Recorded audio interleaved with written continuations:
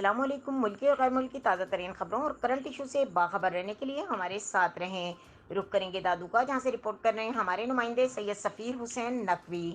ملک بھر کی طرح خیرپورناتھن شاہ میں بھی چہلم حضرت امام حسین علیہ السلام و شہدائے کربلا کا مرکزی ماتمی جلوس مرکزی امام بارگاہ سید پیر شاہ سے برآمد ہوا، جہاں مجلس اعضا برپا کی گئی۔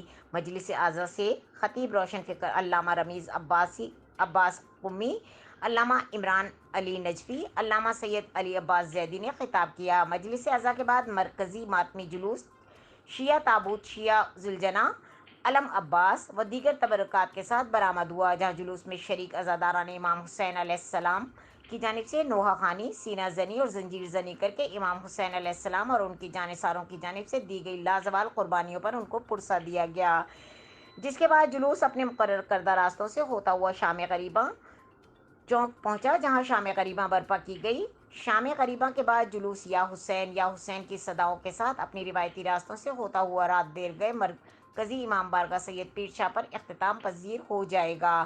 مومنین کی جانب سے جلوس کی گزرگاہوں پر نیاز اللنگر اور سبیلوں کا اہتمام کیا گیا، جبکہ سیکورٹی کے پیش نظر پولیس کی بھاری نفری کے ساتھ رینجرز اہلکار بھی مقرر کیے گئے تھے۔ مزید خبروں اور اپڈیٹ کے لیے دیکھتے رہیں کے نیوز چینل انٹرنیشنل۔